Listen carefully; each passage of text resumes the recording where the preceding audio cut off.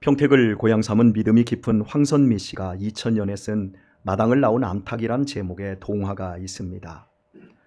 자본주의 사회에서 상실한 인간성과 잃어버린 꿈을 가슴 먹먹한 감동으로 그려낸 동화로 어른들이 먼저 읽어야 할 동화입니다. 여기 강래은 청년이 초등학교 6학년 무렵에 제 아내와 함께 읽고 창동까지 가서 아마도 그 연극인가요? 영화인가를 보고 왔던 걸로 제가 기억을 합니다. 그리고 14년 전에 제가 이 부분을 설교에 인용을 했었는데 오늘 역시 너무나도 본문 상황과 일맥상통하여 다시 한번 이 동화를 인용하려고 합니다. 어린이 문학의 금기인 죽음을 전면에 내세우고도 세계적인 베스트셀러가 된 이 동화를 소개하는 것으로 설교의 문을 열겠습니다. 양계장의 좁은 철망 속에 갇혀 품을 수도 없는 알만 낳다가 결국은 죽게 될 현실을 비관하는 암탉이 있었습니다. 동경의 눈으로 양계장 앞마당만을 바라보던 암탉의 눈에 어느 날 푸르름 속에 하얀색 꽃을 피우는 아카시아 나무가 눈에 들어왔고 자신에게 잎사귀라는 이름을 스스로 붙이게 됩니다. 그리고 자신도 알을 한번 품어보고 싶다라는 소망을 갖습니다. 그러나 양계장의 구조는 알을 낳는 동시에 알과 자신 사이를 가로막고 있는 철망 아래로 굴러가 버립니다. 잎삭은 자신의 꿈과 현실 사이에 고민하다가 알을 낳을 때의 뿌듯함조차 잃어버리고 건강을 점점 잃어가게 됩니다. 잎삭이 알을 낳지 못한 채 1회째 되는 날 주인 부부는 잎삭이 폐괴가 되었다고 판단하고 닭장 속에서 꺼냅니다. 이제 나도 앞마당에 나갈 수 있는가 봐. 그러나 잎삭이 수레에 실려간 곳은 자신이 바라던 마당이 아니라 죽은 닭을 버리는 구덩이였습니다. 죽은 닭들에 눌려 한동안 정신을 잃은 잎삭은 어서 구덩이에서 나오라는 누군가의 소리에 간신히 눈을 뜹니다. 정신을 차리고 눈을 떴을 때 그곳에 죽은 채 버려진 암탉을 보게 되면서 죽음에 대한 공포에 휩싸이게 됩니다. 뒤쪽. 네, 다시 넘겨주세요. 예. 그러나 더 무서운 현실은 죽어가는 목숨마저 쪽제비가 채가려고 어둠 속에서 눈을 번득이고 있다는 것입니다. 완전히 죽은 닭은 거들떠보지도 않는 쪽제비는 죽어가는 가엾은 생명만을 노리고 있습니다. 절제절명의 위기에서 어서 구덩이에서 나오라는 소리는 더 커지고 있습니다. 잎삭은 마지막 혼신의 힘을 내어 구덩이에서 빠져나와 평온과 동경의 대상이었던 마당으로 올라오게 됩니다. 그 목소리의 주인공은 날개가 꺾여 날지 못해 마당에 군식구로 얹혀 사는 나그네 청동오리였습니다. 하지만 닭장에서 보았을 때의 마당은 그 마당이 아니었습니다. 이기적인 수탉과 암탉이 잎삭을 받아주지 않았습니다. 결국 들판으로 쫓겨나오지만 지목한 먹이를 놓치지 않는 쪽제비와 줄타기 하는 힘겨운 살이를 하게 됩니다. 어느 날 쪽제비에게 어미가 잡혀 먹혀 홀로 버려진 알을 발견하게 된 잎삭은 그 알을 품기로 합니다. 알을 품는 동안 잎삭은 쪽제비의 습격에 대해서도 두렵지 않다라는 이상한 마음을 갖게 되어집니다. 수백 개의 알을 지금까지 낳았으면서도 한 번도 품어보지 못한 잎삭은 이 순간만큼은 행복감에 젖습니다. 알을 품고 이틀이 지났을 때 날개 꺾인 청동오리가 아무 말 없이 지친 기색으로 옆에 다가오더니 그날부터 물고기를 물어다 주기 시작합니다. 그리고 저녁에는 파수하다 주위를 서성이더니 달이 차오르기 시작하자 밤새도록 꾀꾀거리며 소리를 지르고 퍼드덕거립니다. 알이 나오기를 시작하려 할 때 청동오리는 더 요란한 몸짓으로 밤을 새우며 소리를 지릅니다. 그러던 어느 날 청동오리는 말합니다. 내일은 알이 깨어났으면 좋겠어. 더 늦기 전에. 나도 이제 지쳤거든. 녀석은 더 이상 참지 못할 거야. 그리고 잎삭, 새끼가 나오면 마당으로 가지 말고 물가로 가야 하는 거야.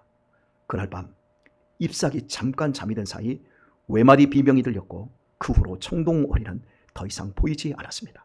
그간에 밤마다 퍼드덕거리며 소란을 피우던 것은 잎삭과 알을 보호하고자 쪽제비의 시선을 돌리려 한 것이었고 그날 밤 쪽제비에게 죽은 것은 새끼가 부화하면 도망칠 시간을 벌어주려는 의도였던 것입니다.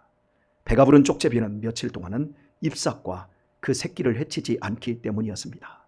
잎삭이 다시금 두려움과 허무함에 휩싸여 절망하는 그 밤 알에서 노랗고 꼬리만 초록색인 오리 새끼가 나오게 됩니다. 어린 오리 새끼를 보는 순간 잎삭은 다시 한번 삶의 용기를 회복합니다. 그래서 새끼의 이름을 초록머리라 짓고 마당으로 돌아오지만 여전히 잎삭과 초록머리는 이방인일 뿐입니다. 마당은 더 늘어난 수탉의 식구들과 오리 식구들의 배척으로 더더욱 들어갈 데가 없었습니다. 할 수 없이 다시 갈대숲으로 나와 거처를 옮기며 쪽제비를 피해 다니는 아슬아슬한 숨바꼭질이 이어집니다. 그리고 결국 쪽제비에게 거처가 노출되고 초록머리가 기습을 당하게 되었고, 절대적인 위기에서 잎삭은 새끼를 지키려는 모성애를 발휘하여 감히 쪽제비에게 덤벼들었고, 쪽제비의 눈을 쪼아 상하게 하고 그만 자신은 벼랑에서 정신을 잃고 떨어졌습니다. 그리고 깨어났을 때는 초록머리가 하늘을 날고 있습니다. 사투를 벌이던 중에 도망치라는 잎삭의 말을 들은 초록머리는 본능적으로 날개를 퍼득거리게 되었고, 자기도 모르는 사이에 청동오리였기 때문에 하늘을 날게 된 것입니다. 이들은 이때부터 짧지만 더 없는 행복한 시간을 보내게 됩니다. 하지만 겨울이 되어 청동오리 때가 몰려오게 되자 잎삭은 싫다는 초록머리를 억지로 청동오리 무리에게로 떠나보냅니다. 초록머리와 두고두고 함께하고 싶지만 초록머리의 행복을 위해 보내고 난 후에도 잎삭은 무리에서 파수꾼이 되어 있는 초록머리를 사냥꾼과 쪽제비의 위험에서 여러 번 구해주게 됩니다.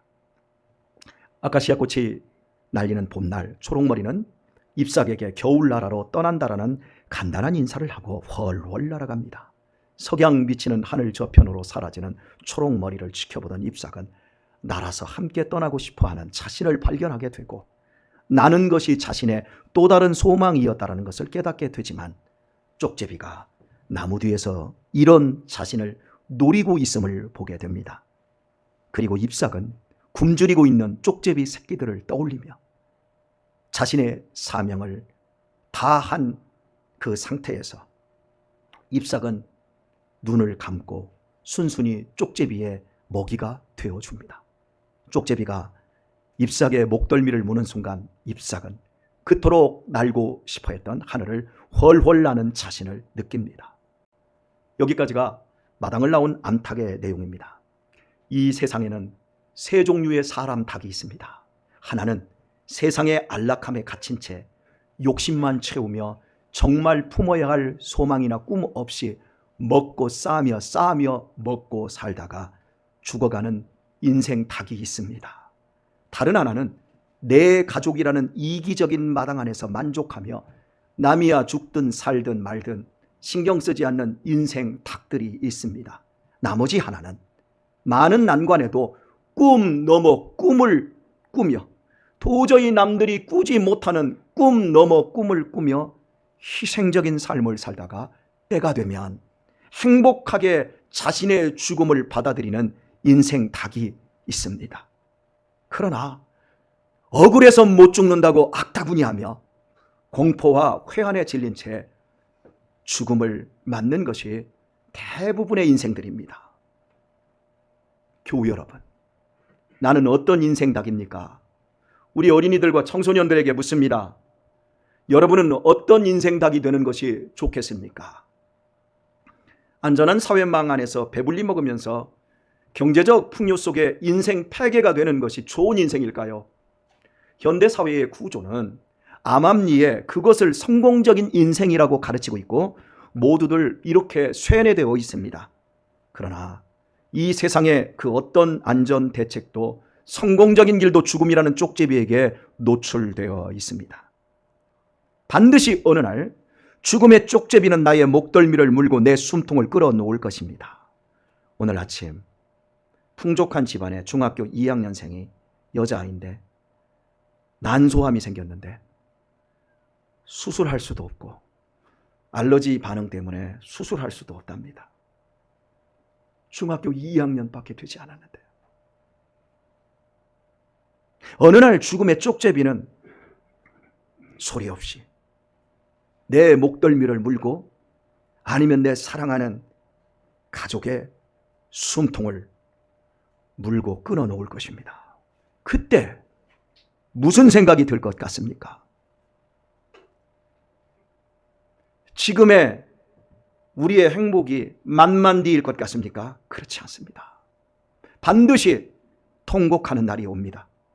이런 비정한 세상 속에서 여러분은 진정으로 믿고 맡길 수 있는 날개 꺾인 청동오리 같은 친구를 만나셨습니까? 잎삭처럼 결코 후회하지 않고 내 목숨과 바꾼다 해도 아깝지 않는 소망의 알을 품고 계십니까?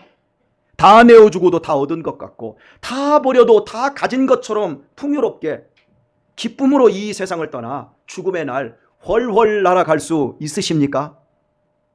종교는 이 세상의 삶을 넘어 영원한 세계를 바라보고 그것을 꿈꾸게 해주는 역할을 합니다. 그래서 종교라고 하는 단어가 한자로 으뜸종자에 가르칠 교자를 씁니다. 으뜸인 가르침이라는 뜻입니다. 그러나 종교에 심취할수록 육적인 양계장의 철망 속에 갇히는 경우가 더 많습니다.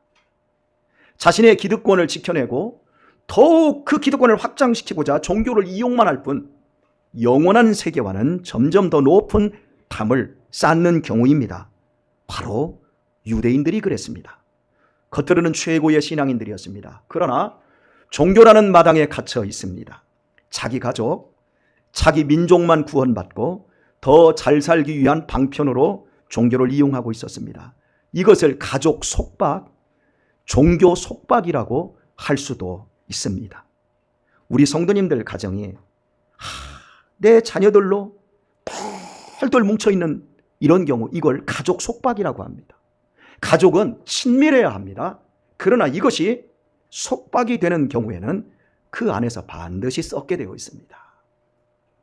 종교도 마찬가지입니다. 주인이신 하나님이 먹이를 던져주듯 그들의 종교 마당에 온갖 은혜와 복을 뿌려주시면 그것으로 만족입니다. 내면의 영원한 것을 위해 불꽃처럼 살고자 하는 뜨거움이 없습니다. 그저 죽기까지 배부르고 등 따시면 그만입니다. 아무 일 없으면 그만입니다. 바로 그들에게 예수님께서 오시자 유대인들은 구름대처럼 모여들었습니다. 오늘의 본문에서도 그런 소망을 가진 큰 무리가 따랐습니다. 성인 5,000명의 군중이 어린아이 손에 있던 떡 5개와 물고기 2토막으로 배불리 먹는 기적까지 맛보았습니다. 그러자 이 군중들이 예수님을 임금으로 삼고자 하였고 이런 그들을 예수님은 단호하게 배격하고 떠나십니다. 그들은 영원한 하나님의 아들조차 자신들의 종교 양계장에 가두고 더욱 튼튼한 철망을 구축하고자 하였습니다. 떡 5개와 물고기 2토막으로 5,000명을 먹였다면 이것은 분명히 기적인데, 이런 기적을 가져오실 분이라면 이분이 하늘에서 왔구나, 그럼 우리가 이분의 말씀을 들어야 되겠구나 라고 가는 것이 아니라, 이분을 우리가 움켜잡고만 있으면, 이분을 양계장에다 가둬놓고만 있으면, 왕으로 삼아서 가둬놓고만 있으면 야, 이제 먹고 사는 걱정은 하나도 없겠구나. 그들은 영적인 것이 아니라 육적인 것으로 더 큰 마당과 양계장을 구축했습니다. 그들은 절대로 자신들이 구축해놓은 유대교라는 양계장, 율법이라는 좁은 마당을 떠날 수 없는 탁들이었습니다. 겉으로 그들의 신앙이 아무리 대단한들 그들은 영원한 생명과 전혀 상관없는 육신적인 사람들에 불과했습니다. 결국 자신들의 뜻대로 되지 않자 빌라도의 법정에서 예수님을 십자가에 못 박으라고 외치는 폭도들이 되고 말았습니다. 시간의 흐름은 만물의 본질을 밝혀줍니다. 진품과 아주 똑같아서 전문가도 구별할 수 없는 가짜, 즉 짝퉁이 있다고 합시다. 세월이 흘러갈수록 진품은 오리지널임이 절로 판명나게 됩니다. 짝퉁 역시 마찬가지로 세월이 흘러갈수록 가짜임이 분명히 밝혀집니다. 진품이 세월이 흐른다고 짝퉁되지 않고 짝퉁이 세월이 흐른다고 진품이 되지 않습니다. 세월 속에서 반드시 모든 것의 본질을 밝혀줍니다. 시간의 소중함과 참된 가치가 여기 있습니다. 오직 시간만이 참된 것과 그른 것의 실체를 가감없이 보여줍니다. 우리 모두는 하나님의 자녀 되었음을 믿습니다. 우리는 하나님의 은혜로 부르심을 입은 성도입니다. 우리는 믿음으로 이와 같은 신분과 호칭을 주저하지 않고 사용하지만, 그러나 이것이 곧 결과는 아닐 수 있습니다. 왜냐하면 주님께서 알곡과 쭉정이, 심지어 가라지가 교회 안에 섞여 있다라고 말씀하셨기 때문입니다. 심지어 네가 내 이름으로 선지자 노릇, 저 같은 목사 노릇을 했고, 네가 내 이름으로 권능을 행했고, 네가 내 이름으로 귀신을 쫓아내었다 할지라도 내가 너를 정녕 모른다 하리라.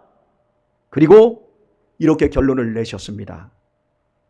청함을 받은 자는 많되 택함을 입은 자는 적으니라. 우리 중에는 경건해 보이는 종교적인 겉모습처럼 실제로 하나님의 말씀대로 신실하게 살아가는 분들이 있는가 하면, 직분도 훌륭하고 말하는 것도 경건해 보이지만 실제로 살아가는 이면은 그렇지 않은 분도 있을 수 있습니다. 그러나 지금 이 순간은 누가 명품인지 누가 짝퉁인지 구별해낼 수 없습니다. 그러나 분명한 것은 시간의 흐름 속에서 그 진위가 명료하게 드러나게 된다는 사실입니다.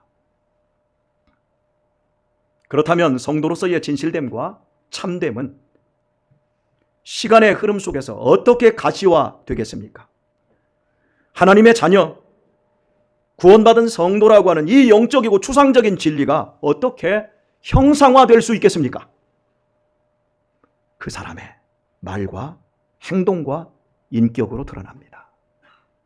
그가 지금 살아가는 모습, 그가 지금 돈을 쓰고 그가 시간을 사용하는 모습과 그가 만나는 사람들을 통해 가시화 되어집니다.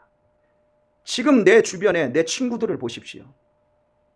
내 친구들 중에 경건하고 정말 가정을 알토란같이 나누며 삶을 하나님 앞에 헌신하고 희생하는 사람이 내 주변에 있다면 그 사람은 진품임이 틀림없습니다. 그러나 내가 만나고 내가 함께하는 사람들이 전혀 그렇지 않고 불경건한 사람들이라면 내가 그 모습으로 가짜임이 나중에 드러나게 되겠지요.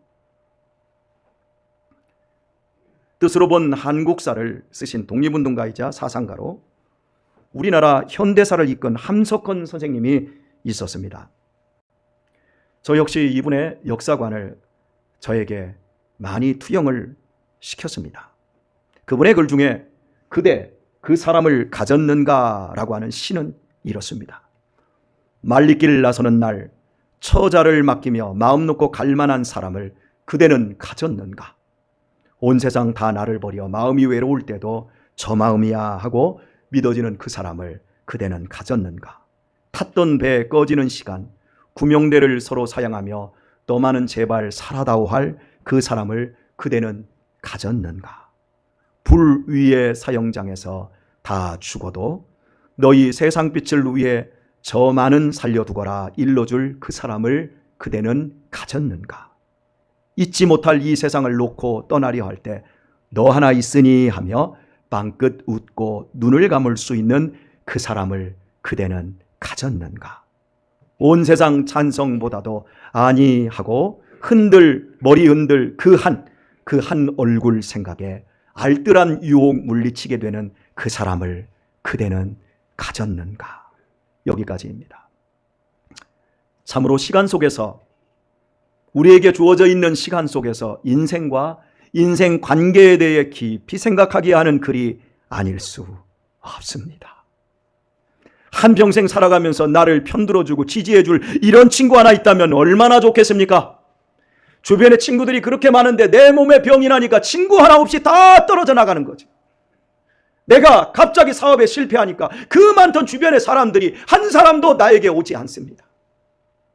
그렇게 선생님, 아저씨, 사장님 그 소리를 들으며 사람들과 그렇게 어울려 살았는데 내가 실패하니까 아무도 나를 도와주는 사람이 없는 것이 현실 아닙니까? 그런데 함석헌 선생이 그대 그 사람을 가졌는가? 한평생 우리가 살아가면서 나를 편들어주고 끝까지 어떤 상황에서도 지지해줄 이런 친구 하나 있다면 얼마나 좋겠습니까? 위기의 순간 마음 놓고 내 생명도 내 재산도 나의 사랑하는 가족도 맡길 수 있는 이런 친구 있다면 성공적인 인생 아니겠습니까? 여러분은 살아오시면서 이런 친구 만나셨습니까? 대체 어디에 가야 이런 친구를 만날 수 있을까요? 결코 멀리 갈 필요 없습니다. 이와 같은 친구가 나의 친구가 되어주기 위해 지금 이 시간 여기에 와 있기 때문입니다. 그분은 바로 예수 그리스도이십니다. 함석헌 선생의 일제 군경의 고문에 굴하지 않고 군사 정권의 무서운 탄압에도 독립과 민주화를 위해 평생을 살아낼 수 있었던 것은 바로 예수 그리스도께서 친구가 되어 주셨기 때문이었습니다. 그가 늘 민중, 큰 무리와 함께했지만 결코 군중 속에 함몰되지 않고 함석헌 선생은 한 개인으로서 예수 그리스도의 진실한 친구가 되었기에 다수가 몸보신하기에 바빴던 격동의 현대사 속에서도 오롯이 CR 사상으로 미랄의 길을 걸을 수 있었던 것입니다. 저는 오늘이 제 결혼 23주년이 되는 날입니다. 이미경 집사님은 28주년이 되는 날입니다. 저녁 식사 부부끼리 같이 하는 게 소원이었는데 아직까지 한 번을 못 해봤네요. 어제까지 23년을 한 방에서 살아온 제 아내에게는 남편인 저보다 더욱 믿고 사랑하는 친구 하나가 있습니다. 저와 결혼하기 전부터 친한 친구였답니다. 그 친구는 저에게 시기심을 전혀 일으키지 않습니다. 도리어 저에게도 매우 기분이 좋고 평안합니다. 아내의 그 친구는 바로 제 친한 친구이기도 하기 때문입니다. 아내는 저보다 더 잘나고 더 부유한 인생 수탉들을 만나 좋은 양계장 안에서 좋은 넓은 마당에서 한평생 호의호식하며 살 수 있었음에도 바로 그 좋은 친구의 권면에 힘입어 가난뱅이 전도사였던 저에게 시집 올 수 있었습니다. 그래서 가난 때문에 결혼 이후 매우 힘겨운 시간들을 보내야 했지만 아내는 단 한 번도 저와 결혼한 걸 후회하거나 원망해 본 적이 없었습니다. 이는 바로 그 친구로부터 계속적인 위로와 지지를 제 아내가 받았기 때문입니다. 저 역시 못나고 가난하고 부족하고 성격도 괴팍했지만 이 친구로부터 계속적인 지도를 받아왔습니다. 오늘 제 인생과 제 가정과 이 교회의 모든 것은 바로 이 친구의 도움과 격려와 지도로 이루어졌습니다. 이 고맙고 좋은 친구는 이미 제 아내의 부모님들, 즉 이명교 장로님과 이진남 권사님의 오랜 친구이기도 하셨습니다. 일찍이 그 친구의 신실함을 경험했기에 그 친구를 믿음으로 저같이 가난한 전도사에게, 아무것도 없는 전도사에게 선뜻 딸을 내어줄 수 있었습니다. 그리고 이 친구는 아내의 부모님이 믿고 의지한 대로 대를 이어서 그 신의를 지켜주었습니다. 사랑하는 교회 여러분, 시간과 공간의 장벽을 뛰어넘고 대를 이어 의리를 다하는 그 친구가 누구입니까? 예수님이십니다. 당신을 믿고 진실하게 의지하는 누구에게나 세월 속에서 귀한 친구가 되어주시는 영원한 구주 예수님이 우리의 친구이십니다. 할렐루야. 이 귀하신 친구 예수님은 제 아이들에게도 귀한 친구가 되어주실 분이십니다. 아이들이 장성하여 제품을 떠나야 합니다. 취업난과 어떻게 우리 아이들을 떠나보낼 수 있겠습니까? 출가를 시켜야 되는데 이 아버지는 전셋집은 고사하고 월세 보증금도 줄 수 있는 돈이 없습니다. 4명의 자식이 새 가정을 이루어야 되는데 제가 어떻게 우리 아이들을 출가시킬 수 있겠습니까? 그럼에도 제가 우리 아이들을 출가시킬 수 있는 것은 제 아이들의 신실한 친구로 예수님이 함께 해주실 것이기 때문입니다. 뿐만 아니라 마지막 죽음의 날이 왔을 때 이 친구는 제 영혼을 책임지고 천국으로 인도해 주실 것입니다. 이것이 저와 여러분을 사망의 닭장과 이기적인 인생 마당에서 꺼내시고자 십자가에서 당신의 생명을 초계와 같이 버리신 예수 그리스도의 사랑이시며 한치도 거짓없는 복음의 약속입니다. 할렐루야. 저는 23년 동안 제 아내를 진심으로 얻었고 우리 딸을 얻었고 우리 아들들을 얻어가고 있습니다. 그리고 우리의 가족들은 저를 또 얻어가고 있습니다. 23년의 세월 속에서 귀한 친구가 제 세월 속에서, 시간 속에서 명품과 짝퉁을 가려주고 있습니다. 우리의 귀한 친구 되는 거짓 없는 복음의 약속 안에 있는 우리가 이제 어떻게 살아야겠습니까? 어찌 신실한 하나님의 자녀로 살지 않을 수 있겠습니까? 어찌 거룩한 성도로 살지 않을 수 있겠습니까? 어떻게 이 좋은 친구 구주 예수님을 우리가 사랑하지 않을 수 있겠습니까? 어찌 이 좋은 친구를 구주로 믿는 우리들이 서로 사랑하지 않을 수 있겠습니까? 어떻게 이 좋은 예수님을 구주와 친구로 믿는데 군중 속에서 구경하듯 신앙생활 하는 것도 아니고 안 하는 것도 아닌 것처럼 살아갈 수 있겠습니까? 어떻게 명품 생활이 아닌 짝퉁생 신앙생활을 할 수 있겠습니까? 어떻게 시간 속에서 하나님은 진리를 드러내고 계시는데 우리가 어떻게 거짓되이 신앙생활 할 수 있겠습니까? 오늘의 말씀을 맺겠습니다. 하나님을 잃어버리게 만드는 세상에서 우리가 영원한 세계에 눈을 뜨게 된 이유는 분명합니다. 주님께서 죄와 죽음의 나락에 빠진 우리를 위해 먼저 당신께서 죽어주셨기 때문입니다. 뿐만 아니라 그 좋으신 주님께서 먼저 나를 찾아와 내 손을 잡아주셨기에 그 은혜를 힘입어 우리는 여기 있습니다. 우리를 불러주신 이후에도 그 많은 시간이 지나가는 동안 우리가 얼마나 변덕이 심했고 얼마나 거짓됐고 얼마나 허물이 많았습니까? 그럼에도 주님은 우리를 참아주시고 변함없는 지지와 격려로 우리에 대한 당신의 우정을 다 쏟아부어 주셨기에 우리가 지금도 여기 있는 줄 압니다. 주 안에서 사랑하는 교우 여러분, 이제 우리도 기독교 군중이 아닌 주님의 친구로서 신실한 삶을 채워 나가도록 하십시다.